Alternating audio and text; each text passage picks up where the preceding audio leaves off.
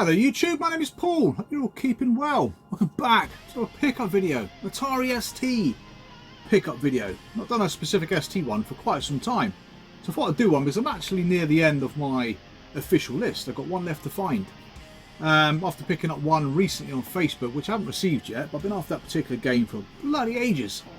So yeah, collecting wise, pickups wise, apart from Hit Squad, it's not really a great deal. I've had a few Amiga games coming through my hands, but nothing, not in any quantity really. I picked up a beat 'em up that I've been after for absolutely ages. Very late release, which I know is quite difficult to find on some, or quite desirable to find on some of the Sega consoles. I think on the Jaguar CD as well, it's quite difficult to find. So yeah, it's quite nice to get that one. A few more Ocean titles through my hands, predominantly compilations. And one particular compilation I got my fingers absolutely roasted by him. It's one of those auctions, very rarely happens. I get caught up in the flipping moment, as you do when you play poker, you know what it's like. You kind of bidding against each other, you think, is this bastard pushing the price up? And you push it up a little bit more and you think, what's he doing? You think, fuck it, I'll take him on. And you end up paying an absolute fortune for something that's probably worth 10% of what you paid for it. It's a bloody nightmare, because I bought myself some nice bundles which I've kept some games or bits and bobs from, and flipped it and kind of made a nice tidy sum, which is kind of in some way been ploughed into this frigging game. So yeah, why I did that, it's a very hard to find compilation, but it ain't worth the price I paid for it, I'll tell you that. So yeah, so I've picked up quite a bit in the way of Ocean software compilations for different systems. I've picked a few Ocean software games and Imagine titles for the Amstrad. So we'll do a dedicated Ocean video in the not too distant future across different formats. Because even though I don't really do, or don't appear to do a lot with Ocean stuff at the moment, I'm still trying to get these sets. I'm trying to complete an Ocean set. It's bloody hard work. I think the Hit Squads are bad, bloody hell. So yeah, Hit Squad, I'll do a separate video as I promised before.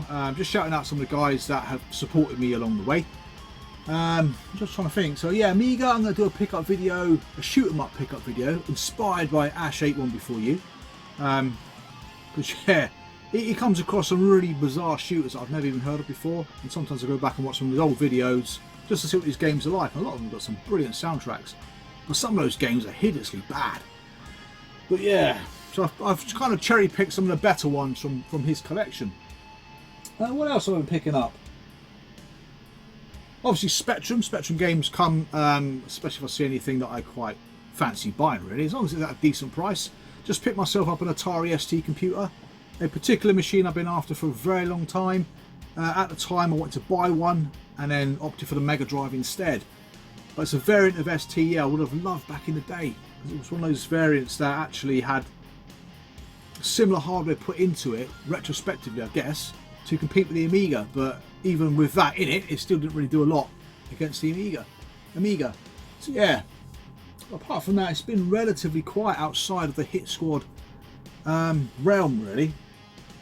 But yeah, so what I've done in the back of the Amiga pickup video show you the ST stuff. Now there's a mixed bag here. A lot of these games, I've got to be honest, are not great. But I remember when I was younger with my Spectrum, I always thought, I wonder what this game would be like on the ST, because you used to see the ST variant of these Spectrum games, you think, wow, they look brilliant, until you frigging played them. And a lot of these games didn't also get a release on the Amiga as well, because I think the ST over here especially had a better start than the Amiga. I think it had a couple of years on the Amiga before actually the Commodore machine started to really get going. So yeah, so a lot of these didn't get ported across, but yeah, some absolute dross, there's some nostalgia, and there are some brilliant games in there as well, but it is, yeah, it's nothing to be nothing to get too excited about. You can't beat stone cold coffee, can you? Ooh. Right, what have we got first then? So first up is a shooter that I never played before, I've got to be honest. I think I got it on the ST. No, I haven't. That's the ST version there. Got it on a Spectrum, and that's Xevious. But yeah, a game, again, it didn't cost me much to pick up. I reckon about £7. It's a very, very slow paced shooter, I've got to say. It looks like it was made in BASIC. Looks like it could have been like a secondary school project or something, but yeah, it don't play it well at all. Now quite a few of these games would have been published by US Gold, and a lot of them,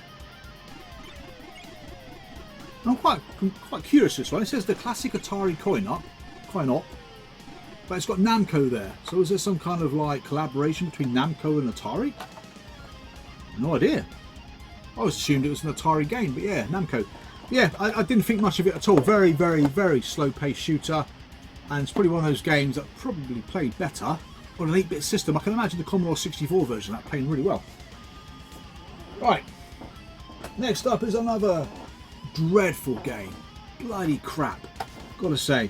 Now, for the Amiga version of this, it's classified as extremely rare. So I picked this one up on the ST because again, it came up quite cheap. Got a crash smash again on a Spectrum. This is what I mean. Some of these Spectrum games were better on the Spectrum than they were on the Atari ST. That's Mickey Mouse, the official game.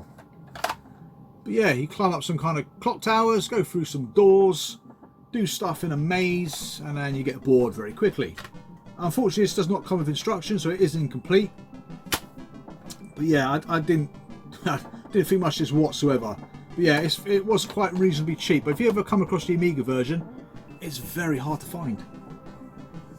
Right, what else we got? Next up is probably, as a full price release, probably one of the worst driving games I've ever played in my life. Now, I always remember seeing this game advertised. It looked absolutely fantastic, especially when you had like the sports car being chased by a police car. I thought, wow, that sounds like a really good idea to have in a game. And I always remember seeing it in the back of the magazine, especially for some reason, why the back of the magazine, I don't know. And it always had the ST or Amiga screenshots in it. So as you can imagine, being a Spectrum kid, it looked bloody amazing. That game's Crazy Cars 2. I was making a video for the best games, racing games on an Amiga. I played this, and I played it for quite a long time. No, I didn't. I didn't play it for long at all because it's rubbish.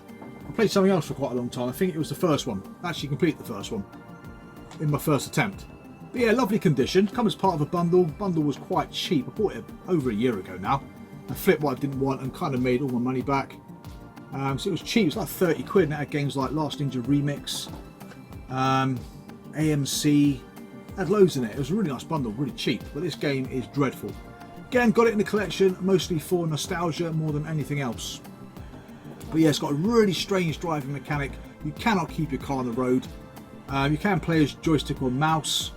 I reckon the game was probably designed for mouse, to be honest. But yeah, flipping out, it's crap. Right.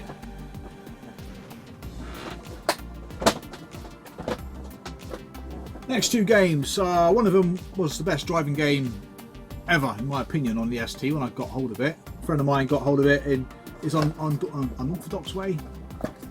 Little tea leaf that he was. That's Lotus Turbo Challenge. He used to come to my place with these loose discs. But yeah, so that's Lotus. So this was amazing when it came out.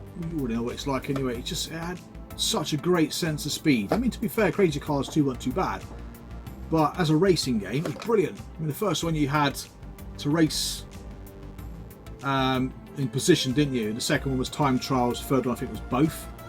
But yeah, I absolutely loved it. Fantastic. I think I completed the first and second, like easy and medium levels, but the difficult levels, bloody hard as you'd expect, and very long.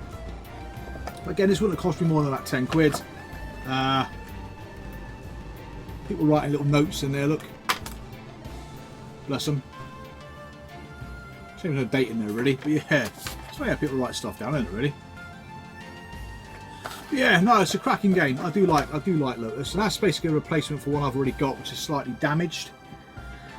Next up, point and click adventures. Now, my first point and click adventure would have been Operation Stealth on the Atari ST. This was its prequel, not direct prequel, but I think maybe the first game by Delphine. That was actually a point and click, and that's Future Wars. Time Travelers. Looks absolutely fantastic. Plays very similar. Do you expect using the same engine as Operation Stealth? I've not played it for more than say about an hour or two. That was quite recent as well. But yeah, it looked like it was good fun. Just very slow and very clunky, which a lot of these point and clicks when you play now seem to be. It kind of puts you off really playing them nowadays because they are like the strategy games on the 16 bits. It can be very, very slow. Right, the next three games I'm going to show you are all from US Gold. Seal of quality, which we all kind of grew to know over the years, wasn't it? Especially those bloody tier text conversions. But yeah, US Gold, bloody hell. Now what I do love about these US Gold games are the cases more than anything. And all three of these games I would have played on the Sinclair Spectrum. And all three of these games I would have hoped would be better on the 16-bit machine. In fact, I think all three of these games didn't get an Amiga release either. And all relatively cheap to pick up. First up is Indiana Jones and the Temple of Doom. Diabolical on the ST. Gotta say, very slow paced game. Bloody hard and all. Gotta say, but I do love these boxes. They are fantastic. Like I say, you can pick these up quite reasonably cheap. It's kind of a platformer, bits I've seen anyway, where you're whipping things. Sounds like fun, but it bloody well isn't. No instructions, unfortunately, and a disc that looks like it's been bloody copied, doesn't it? But yeah, it's a very crappy game. I always wanted to get to the level that had the those little mine truck things on rails, little cart things, but yeah, never ever got to it. Next up is a game I would have thought would have played extremely well on an Atari ST.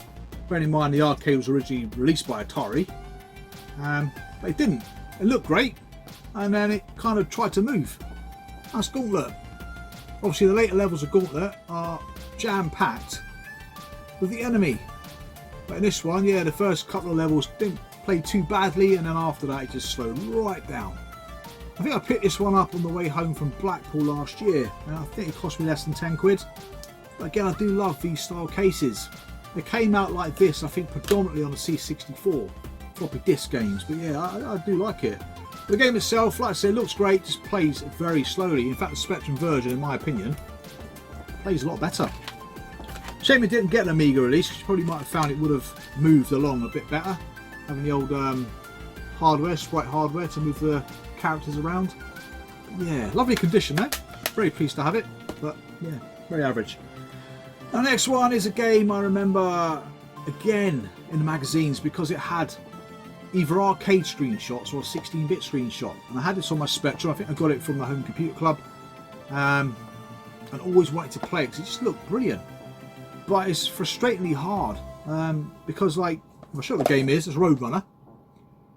But every time you're running around to get the seed, you miss it, even though you're stood on top of it. It just doesn't pick it up. So you end up running around the bloody seed. You get caught by Wile E. Coyote, don't you? But I always loved the graphics. Even on the back of the ST, look, it's arcade screenshots.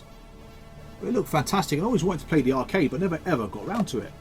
Not until I went to, again, I think Blackpool last year. Yeah, it's a good conversion on the Atari, don't get me wrong. It's just frustratingly hard. But yeah, again, it's nice to have it again because it didn't get released on the Atari ST, on the Amiga. I think there's a few more like that, maybe 2 or 3 I can think of in a plastic case that I'd love to get hold of. Again, they shouldn't cost too much money to pick up. Right, what do we got next? Right, let's show you another racing game, another fast action-paced game which passed me by back in the day. I showed you a kind of variant of it, if you like. A spiritual sequel in the Amiga pickup video, and that was F1. This is Vroom. Again, I played this for quite a bit whilst making my recent Amiga driving games video. I'm just trying to go for as many driving games as possible to find out which ones are any good. There's probably about 10 that are really good, and the rest of them are very average, if not diabolical. But this was one of them. This is an absolutely brilliant game. Again, very difficult to control, very fast. Could I get anywhere on it? No, I couldn't. But yeah, it's kind of one of those games that's kind of half 3D and half sprite by the looks of it. And the good thing about the ST, it has got a slightly faster processor than the Amiga, the 500 that is, and can move things around a little bit quicker, especially 3D. But a cracking game again. That on the Amiga is quite expensive and could set you back about 50 quid. ST version I think was about, actually no, it's in the same bundle as I got Crazy Cars 2 Ninja Remix. I think I got Power Droid 90 in that same bundle. Yeah, it's a really nice bundle for not a lot of money at all. So yeah, cracking game. I think F1 got a release on the ST as well, from what I remember. Right, next up is 2 games by a publisher who don't generally make great games on the 16 bits. There's something about them that collectors want. I don't know what it is. I mean, this particular publisher, I can think of 3 games that I played on the ST, and I've got to be honest, they're all crap. I think I've got 3 of them now. I think there's more. There's another one that I haven't got. I'll show you what it is. You'll know. But there's something about it. I don't know why it's desirable. I wonder if anyone could tell me. But the publisher is The Edge. The Punisher, as you'd expect, I think it's just maybe because it's... I'm not into my comics, I've got no idea what... Oh, Marvel. Oh, there you go. So yeah, maybe because it's a Marvel comic character that is desirable. I don't know. But the Amiga version can cost you about £50 plus. This one wasn't that expensive. It's incomplete, unfortunately. It is missing a poster. And I think it's missing something else. Stickers. Got a receipt in it, £6.99. HMV UK Limited. Ha, Regent Street. But Regent Street in Swindon. Look at that. Bloody hell, £6.99, so I guess it's probably clearance stock or something. But yeah, oh, crap, flying crap everywhere here. But yeah, it's not a particularly good game. It's an on-rail shooter, I think, from what I remember. It reminds me very much, I don't know if you played the Untouchables level 3 when you're in the alleyways. It's very much like that. You've got people coming out of doors, coming out of windows, driving across the street in bikes, and you've got to not shoot innocent people. The premise of the game is really good, I think. It's just very, very slow. But yeah, so if you can tell me why the Edge is quite desirable, please let me know. And the next game, also from the Edge, is Snoopy. Now, this one was a bit more expensive. I think this cost me 40 quid. I'm pretty sure both these games actually did come out on the Amiga as well. But again, playing this game is a very slow-paced version of Garfield, which in fact was a very slow-paced game in itself. One of those pick up objects and try and do something with them. But yeah, graphics are really nice. I used to love the cartoon as a kid. Old Charlie Brown, especially those phone calls used to get with the old muffled voice. Sounds like my missus was giving me a hard time. But yeah, so yeah, pleased to have those. I think I'm missing Garfield, which I think came in a little jewel case. I think also came out box. That's Big Fat Hairy something or another. Big Fat Hairy Deal. Big Fat. I'll show you Big Fat Hairy in a minute. One of those other games there, Matt. But yeah, Big Fat Hairy Deal and Winter's Tale. I think the other two that I would like to get. I think I missed out on Winter's Tale quite recently. It went for about 50 quid. But I'm pretty sure I got it on the Spectrum. I think the Edge were around for a very long time before the 16 bits anyway. Right, 4 more games to show you. One was a bargain, one was a Grail title, another one is Big Fat Hairy something or other. And next up, it's a game I showed you as part of a compilation last time in my Amiga video. But the Amiga version of this can go for £100 plus nowadays. I think the last one went for 114 smackaroons. That's Ghosts and Goblins. An unusually late release by Elite. I think Elite didn't really do a lot. They did a bit on the 16 bits, didn't they? I think Commando, yeah, Ghosts and Goblins, Paperboy, Space Harrier. But I think a lot of those games were quite late on, like 89 or 90. Not a bad game this, not as good as say some of the 8-bit variants. I found the ST version to be quicker than the Amiga version, which made it more playable. The Amiga version smoother, better sound, but I found the ST version more fun, to be honest. Don't know why. It's not a cracking conversion though. I think this one didn't cost me much more than about 20 quid. I think it was one of those buy it now things, just see it there nice and cheap, pick it up. So yeah, glad I got this. The Amiga version, if I ever decide to go for it, will cost an arm and a leg. So I probably won't bother. I'm quite happy to have it on the Atari ST, to be honest. Right, the next title is a game I picked up, again opportunistic, came up for £12.99. A game that can quite commonly go for between £50–75. Based on an arcade game, I think by the name of Thrust. And I found this game quite difficult to control. It's one of those games where there's like, is there no gravity? Kind of ship, kind of just like, just goes through space and you've got to thrust certain directions to kind of control the ship. Then land and pick people up. Or do something like that. That's Oids. Get a nice flimsy case, very reminiscent of a Atari VCS case. Very flimsy indeed. The iron has been on that. Unfortunately, there's a few creases there which I can't get out. But yeah, if you look inside the box, it literally is not much to it at all. If you know what an Atari box looks like, this is exactly the same really. So yeah, £12.99 for this game, which I thought was an absolute bargain, to be honest. I played it for a little bit whilst making this footage for this video, and I quite enjoyed it. It's just hard. It's very hard to get used to how the ship manoeuvres. Yeah, really pleased to have that. I've had that a couple of times before. I'm pretty sure I flipped it on before. I think when I went to Bristol Gaming Market, I picked up a copy of Oids. But never had the desire to keep it. But I'm keeping that one. That's for £12. That's a bloody bargain. A sip of my ice cold coffee. sore throat. Right, next two games. I've already had this one. I picked it up a while ago from France. I didn't realise there was a UK version of this game. And the UK version comes in a nice little jewel case. The French version was in quite a nice size box.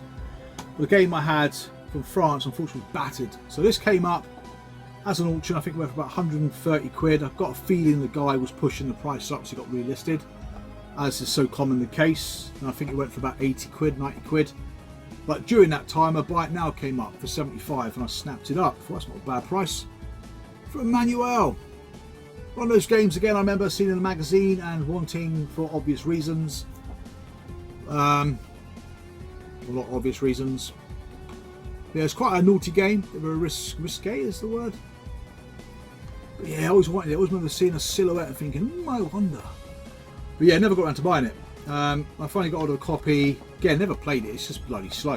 You turn it on just to watch the intro sequence. It's really, really slow. So I cannot be asked to pursue the game any further. But it's nice to have it in the collection. I know there is another one. Fascination, I want to say. I have got it somewhere. But yeah, I haven't previewed it in a pickup video yet. I got that before I got this again. So yeah, so it's nice to have it. But yeah, painfully slow. Manuel.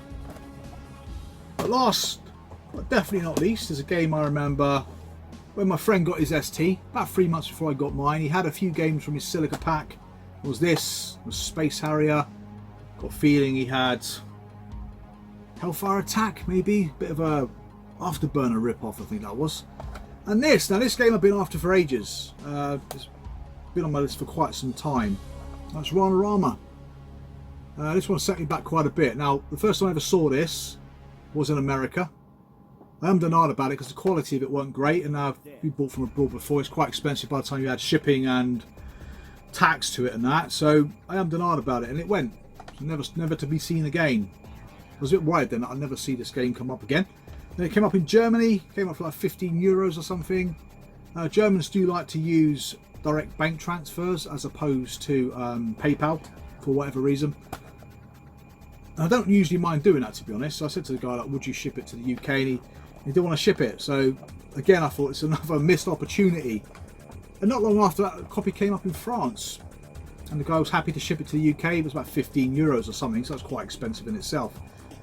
So I bid on it and won it. And I won it for about 70 odd pounds from what I remember. Now, it reminded me a bit of Gauntlet. Just not as frantic. Not that the ST version's frantic. But you're kind of going down corridors, picking up spells, using spells, shooting things, and progressing between different levels. But I never played it enough to kind of understand what I'm supposed to do. It seemed like quite a decent game, but it's always the little things that take you back to a certain time, like the music, the dodgy artwork. It's actually pretty good. It's a bit creepy, isn't it? But yeah, it's just very nostalgic. But the game itself, I gave it some time to play. It's probably not a bad little game. But yeah, got some good reviews back in the day. There's this little booklet there. Not even tested it yet. Still got its bubble wrap around its disc. But yeah, so I'm really pleased to finally have it. Like I said, there's only one game now on my official list to pick up. The rest would be impulse games. They would be games made by Atari predominantly, or developed by Atari or whatever. And games that are exclusive to the Atari and not on the Amiga. I mean, there's lots of, like, you hear lots of bickering at the moment around the prices of games. I mean, people moaning that they're too expensive and why aren't they cheaper, and you think, well, it's not been any different, especially like the last 20 years I've been using eBay. Prices are going up, generally for games that are desirable, games that are really hard to get that you need to finish off a collection. When you've got the same combination together, then you expect to pay stupid amount of money for a desirable and a rare game, and everything else in between that is generally kind of like flat. It's the same sort of prices they've been for many years. But I don't know what people expect. They want to buy games that are really hard to find and really desirable for next to nothing. I mean, to be fair, it's only ever gonna happen if you're in the right place at the right time, come across a Buy It Now that's well and truly undervalued. Someone just doesn't know what they got, go to a car boot and find something. So unless you're going to put in the time and the effort and the rest of it to look for these games at a cheap price, I don't really know what to say, but yeah, do you know what I mean? So I mean, Oids, for example, again, that's cheap, but I've probably seen 3 or 4 copies of Oids over the past 12 months and generally go for a lot more. But yeah, I don't know why. I know games collecting is expensive, but it is what it is. Like any other hobby, any other collectible, the stuff that people want are worth a lot of money. So yeah, it's just frustrating because you hear it a hell of a lot, but nothing's going to change. It is what it is. And you notice it, especially with like the Hit Squad games. Some games, again, I mean, I bought 2 games, 2 expensive titles. The rest have been cheap in comparison, really. But if you want them, you've got to pay for them. But yeah, I don't really know what to suggest. If you want something rare and obscure or desirable, for next to nothing, it's all down to luck, isn't it? So yeah, I'm going to shut up now and close this video. Thank you very much for watching the video. Thank you very much for subscribing. I'll speak to you again real soon, so take care and bye for now. You'll know, you'll see, you'll feel the awful, creeping, crawling terror that stands your hair on end and brings a scream to your lips.